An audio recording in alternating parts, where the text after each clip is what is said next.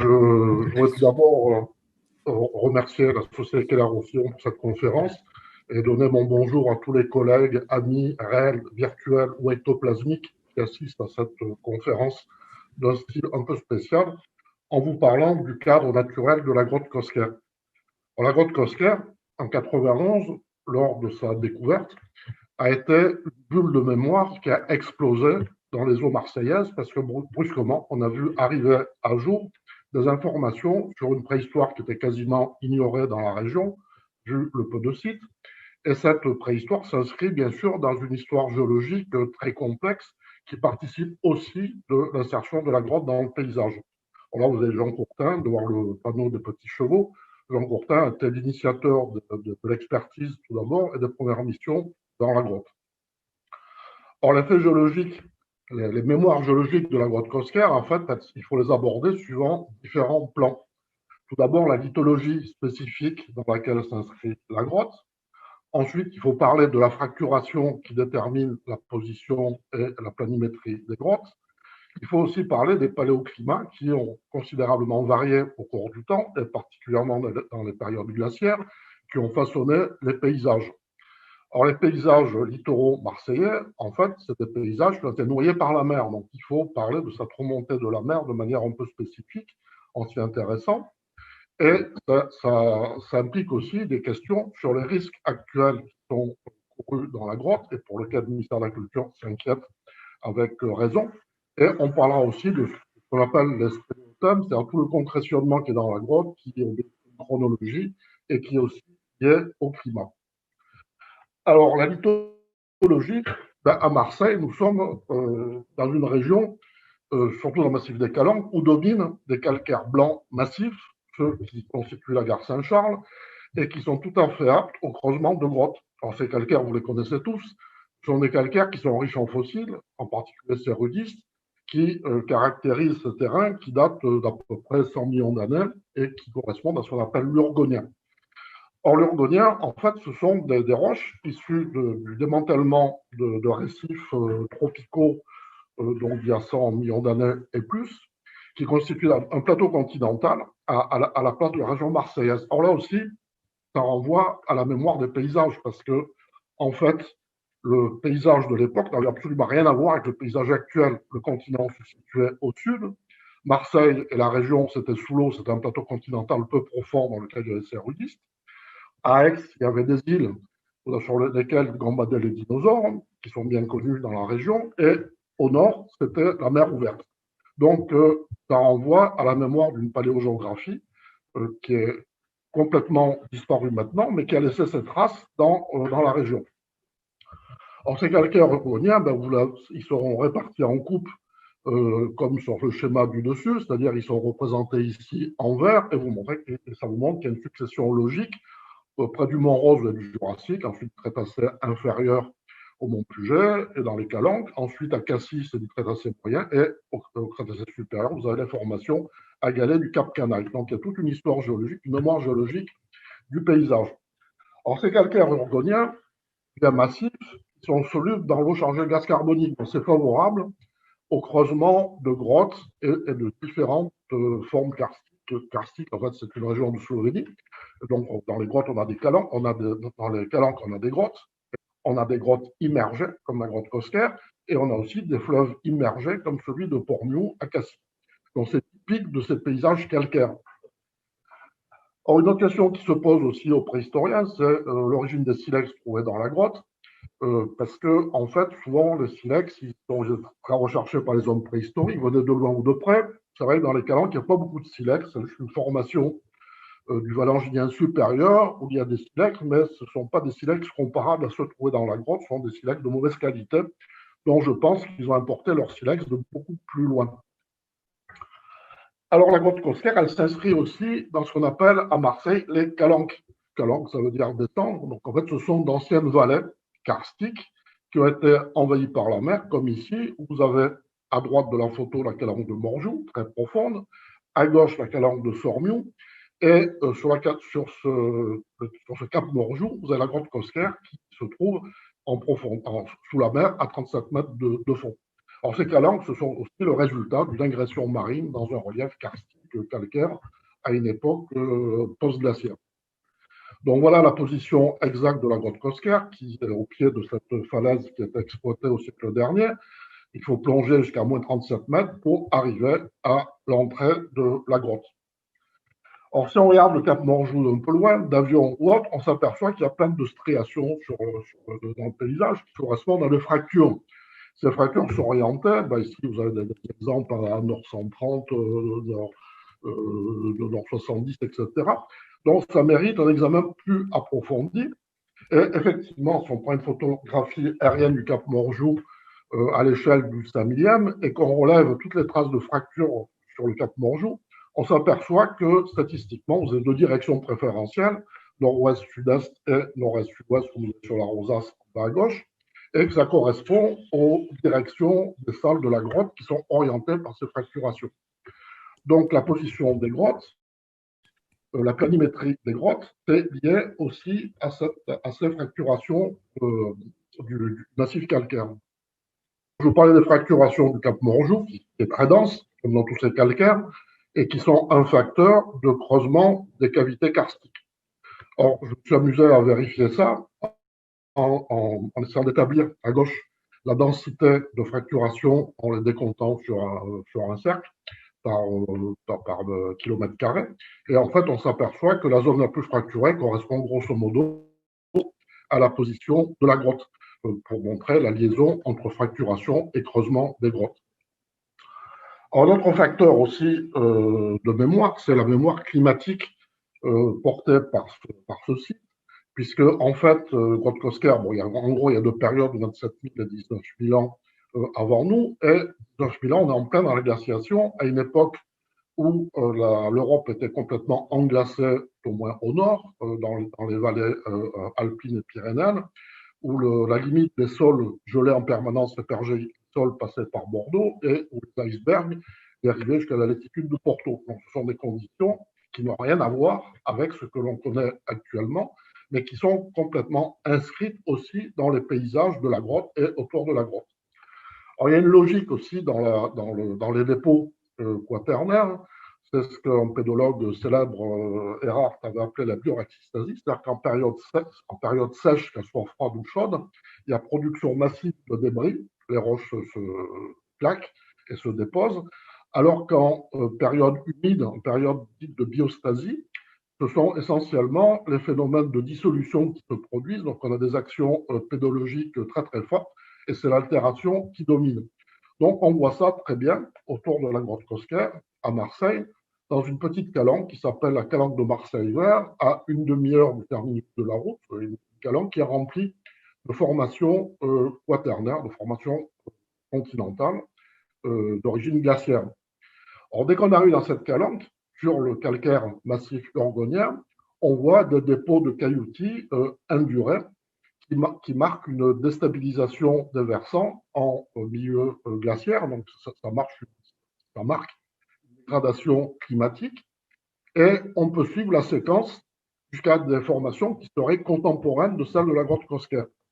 Quand on monte dans la série, sur ces formations qui seraient du Jurassien, d'après Eugène Bonifay qui a fait sa thèse sur ce secteur, on a des formations de croûte que vous voyez sur la photo de gauche, et peut-être mieux sur la photo de droite, vous voyez en fait des plaquages de croûte avec des encroûtements racinaires qui marquent en fait une période plus interglaciaire, plus chaude et plus humide.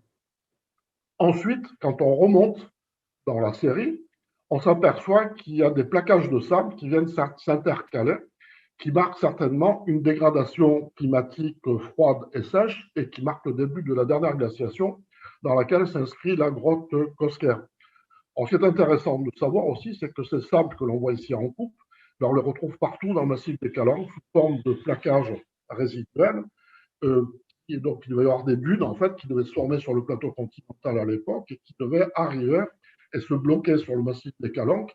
Et ça a été érodé. Il ne reste plus que des résidus. Ce sont des témoins de paysages dunaires qui se sont développés dans la région. Donc, ça donne des indications sur l'aspect aussi des paysages. Si on remonte encore le chemin et la série stratigraphique, on voit que les cailloutis deviennent de plus en plus importants et qu'on arrive en fait à des éboulis littés, que certains ont qualifié de grèzes littés, qui sont des éboulis littés très réguliers qui correspondent à un climat franchement périglaciaire. Donc on pourrait avoir là des dépôts contemporains de l'occupation de la grotte.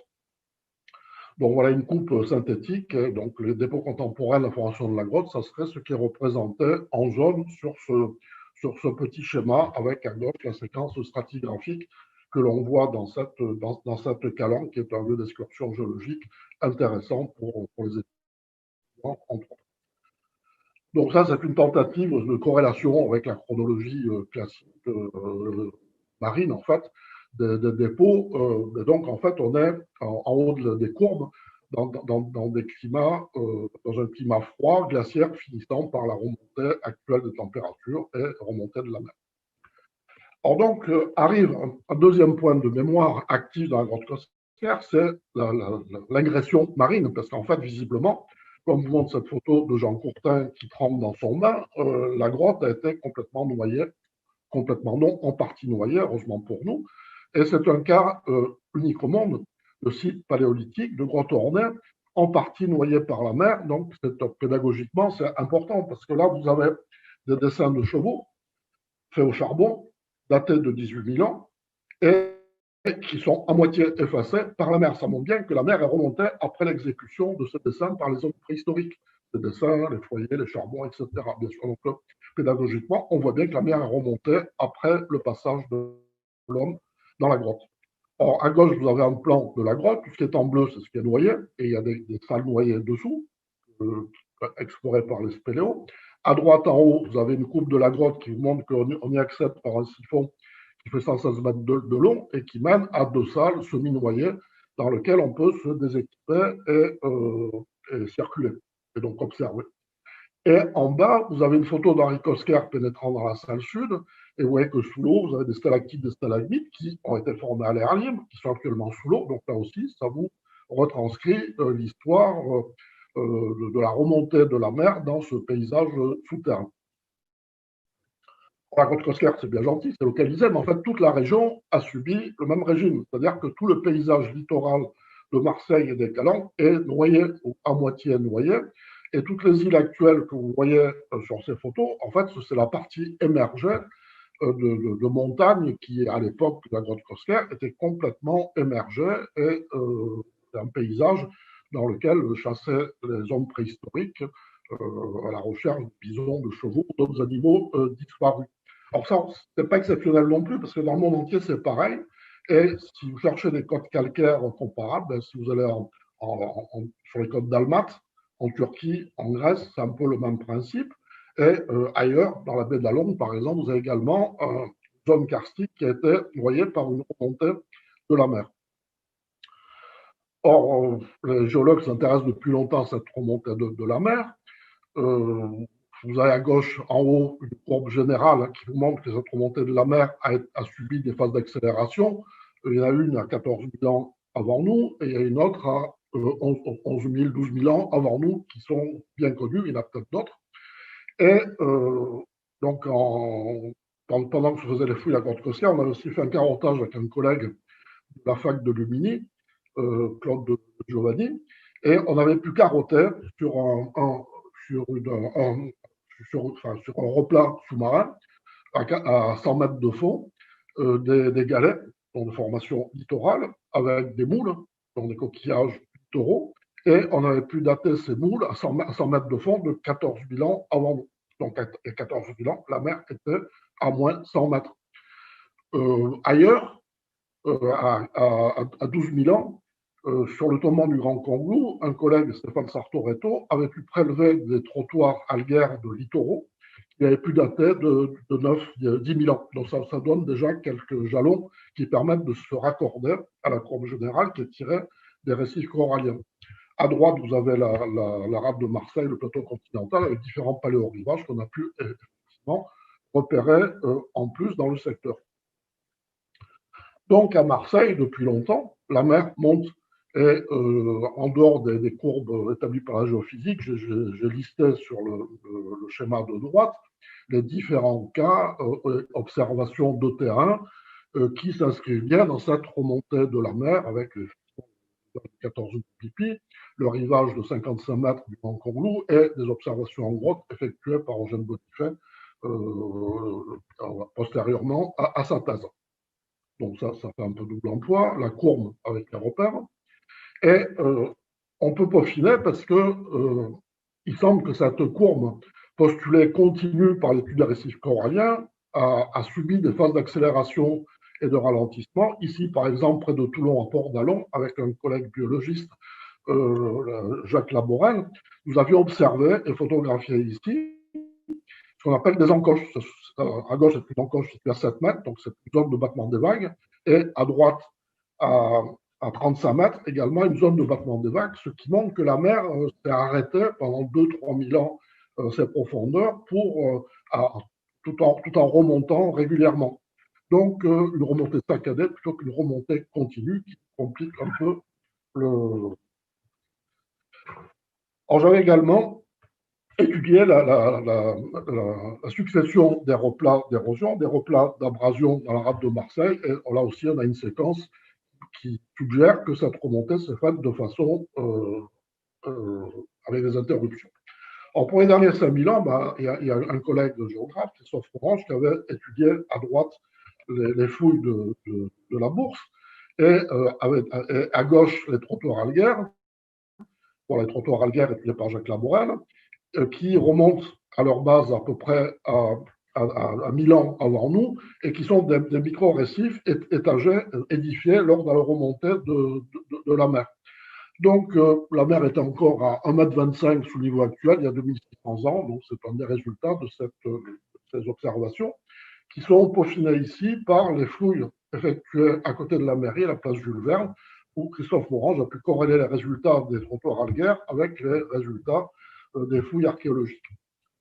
Donc, question en aval, quand la grotte Cosquer a-t-elle été fermée par la montée des eaux, on a fait des prélèvements algaires à la base du siphon, à l'entrée, et ça montre que ça se situe vers 7000 ans, grosso modo. Donc, depuis 20 000 ans, la mer ne cessait de monter de 135 mètres jusqu'au niveau actuel. Vous avez à gauche une carte du plateau continental, et à droite, les différentes étapes de remontée, sachant que cette remontée a submergé un plateau continental criblé de dépressions fermées, poliers et dolines, qui sont des formes karstiques terrestres tout à fait classiques, et avec une remontée de la mer qui continue probablement parce que depuis 1994, Michel Olive et Luc Vanrel, qui sont allés fréquemment dans la grotte, ont vu effectivement des cas de remontée de la mer par rapport aux petits chevaux assez inquiétantes.